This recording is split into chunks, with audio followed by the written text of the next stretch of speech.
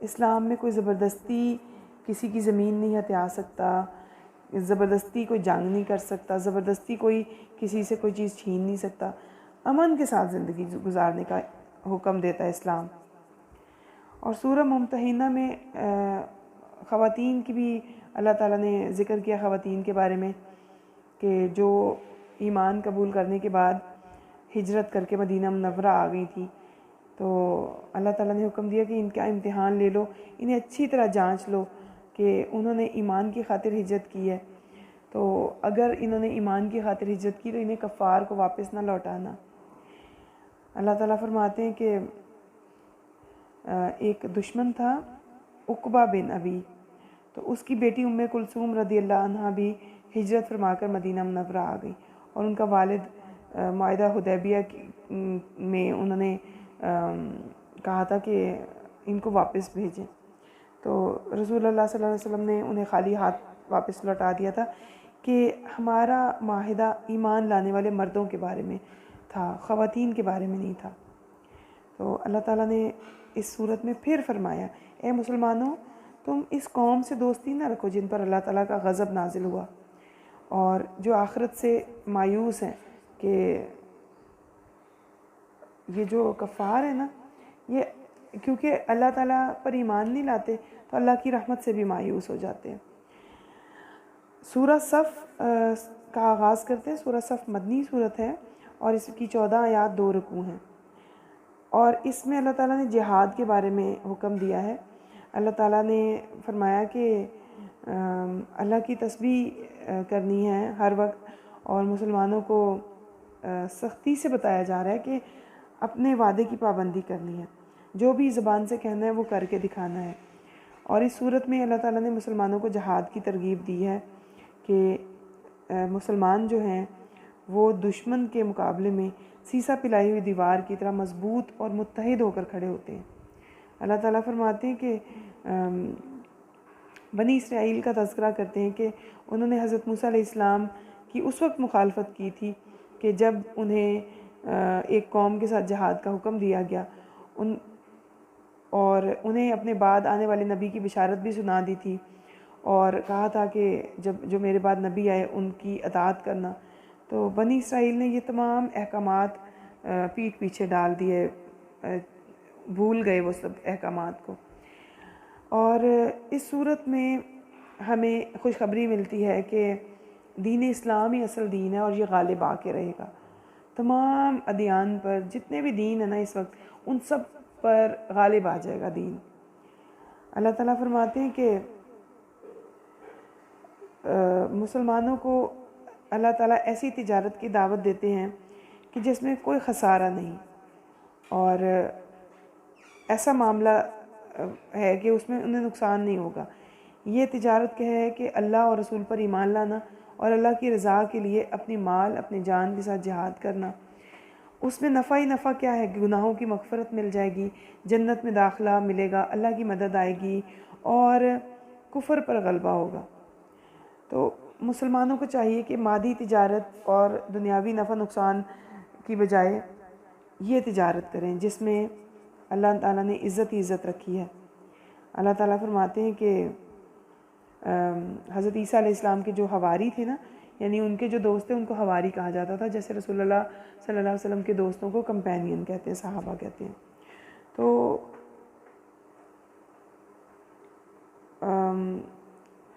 انہوں نے فرمایا تھا کہ آپ دیکھ رہے ہیں کہ سورت کی ابتدا میں خالی خلی باتیں کرنے والے کھوکھلے نعرے لگانے سے منع کیا گیا تھا، اور اختتام میں اصل میں جہاد کرنا اور کچھ کر کے دکھانے کا حکم مل رہا ہے۔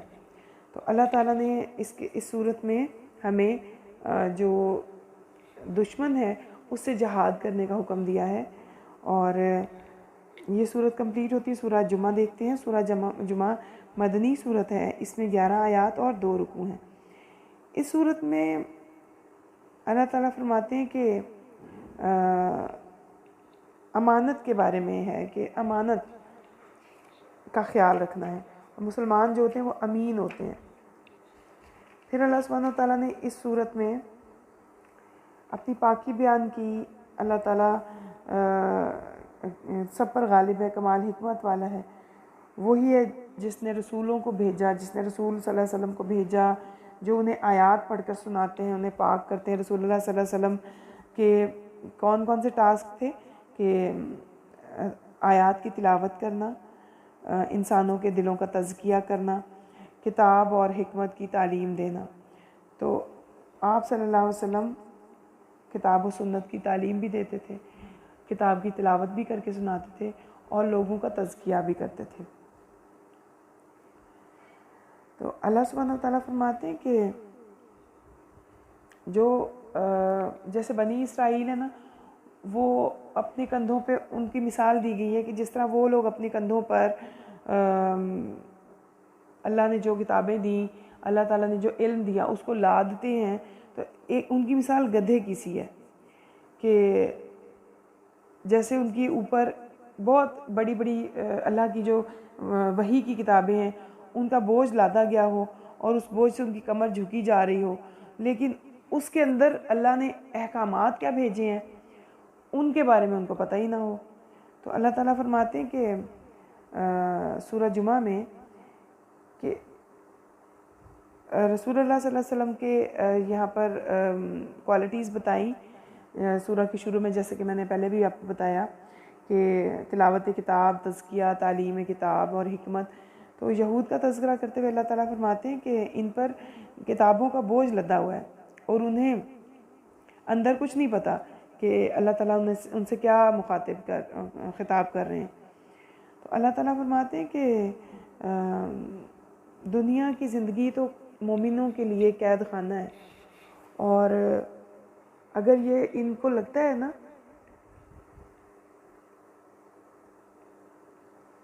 اگر ان کو لگتا ہے کہ یہ سب سے زیادہ عقل مند ہیں، اور ان کو اگر موت بھی آئی تو اللہ تعالیٰ انہیں، یہ اللہ کے اتنے لاڈلے ہیں کہ اللہ انہیں انعامات دیں گے، تو ان کو چاہیے کہ یہ ذرا موت کی تمنا کر کے تو دیکھیں کہ ان کے لیے آخرت میں کچھ ہے بھی یا نہیں، تو یہ نہیں کریں گے۔